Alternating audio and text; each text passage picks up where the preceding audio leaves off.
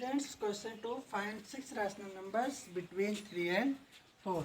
आपको इस क्वेश्चन में 6 रैशनल नंबर फाइंड करना है। किसके बीच में फाइंड करना है? 3 एंड 4 के बीच में। बहुत आसान है, बहुत आसान तरीके से मैं बताऊंगा, आप लोग समझने की कोशिश कीजिए।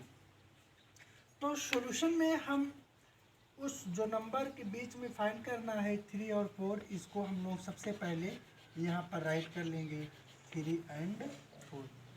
तो हमें ये सबसे पहले चेक करना है कि क्या इस 3 और 4 का कोई डिनोमिनेटर दिया गया है, नहीं दिया गया है। मैं चेक कर रहा हूँ, 3 के अपान डिनोमिनेटर कुछ भी नहीं है, 4 के भी अपान डिनोमिनेटर कुछ भी नहीं है।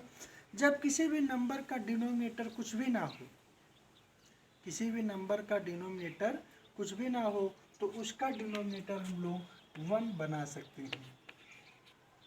अब यहाँ पर देख रहे हैं हम लोग दोनों का डिनोमिनेटर सेम है, तो जब दोनों रैशनल नंबर का डिनोमिनेटर सेम होगा तो याद रहे कि आप लोगों को इस तरीके से करना जैसे मैं बताऊंगा। अगर दोनों रैशनल नंबर का डिनोमिनेटर सेम नहीं है तो उसका वर्कआउट दूसरे हिसाब से किया जाएगा, तो मैं उसको भी बताऊंगा। और इसका डिनोमिनेटर सेम हो गया है तो मैं इसका सॉल्यूशन कराने जा रहा हूँ, आप लोग ध्यान से समझिए।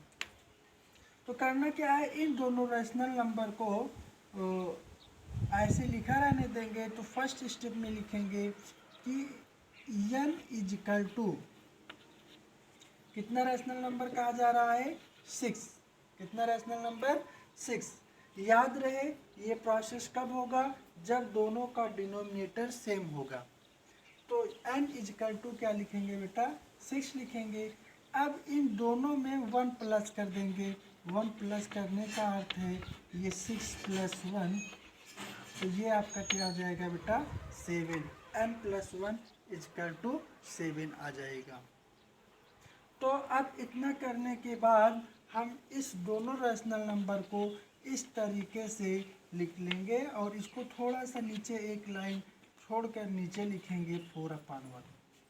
अब क्या करना है, इसी 7 से जो n प्लस 1 मैंने किया है, इसी 7 से दोनों रैशनल नंबर में मल्टीप्लाई कर देना है न्यूमरेटर और डिनोमिनेटर में। तो ये 3 का टेबल 7 में 3 7 जा 21, 1 7 जा 7। अब फिर इस रैशनल नंबर में भी इसी 7 से न्यूमरेटर और डिनोमिनेटर में मल्टीप्लाई कर देना है। तो 4 7 जा 28 एंड 1 7 जा 7। तो यह आपका इतना प्रोसेस समझ में आ गया होगा। एक बार आप लोग फिर से सुन लीजिए। सबसे पहले हमें इस दिए गए रैशनल नंबर का डिनोमिनेटर चेक करना है। अगर डिनोमिनेटर कुछ भी नहीं है तो डिनोमिनेटर 1 बना लेंगे, और जब डिनोमिनेटर 1 बनाएंगे तो दोनों का डिनोमिनेटर सेम होगा, तो ये मैंने सेम कर दिया। उसके बाद जब डिनोमिनेटर सेम हो जाएगा तो यहाँ जो भी कहा जाएगा n इक्वल टू इस नंबर को लिख लेंगे। उसके बाद दोनों में 1 प्लस कर देंगे, n प्लस 1 इक्वल टू 7 आ जाएगा। अब इतना करने के बाद इन दोनों रैशनल नंबर को यहाँ ऊपर नीचे लिख देंगे, थोड़ा सा गैप बनाकर।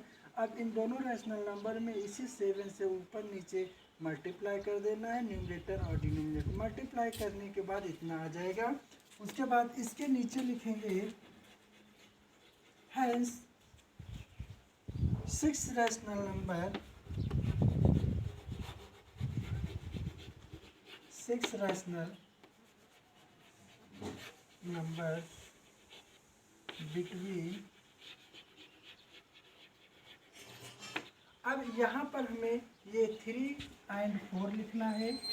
3 एंड 4 इज इक्वल टू, अब यहाँ पर इसी दोनों के बीच में 21/7, 28/7, 21 से 28 के बीच में जितने भी रैशनल नंबर आएंगे उसी को लिख देना है। तो 21 के बाद आता है आपका 22/7, उसके बाद 23/7, उसके बाद 24/7, उसके बाद 25/7, उसके बाद 26/7, उसके बाद 27/7, और यही आपका फाइनल आंसर हो जाएगा। 6 रैशनल नंबर्स हो जाएगा बिटवीन 3 एंड 4।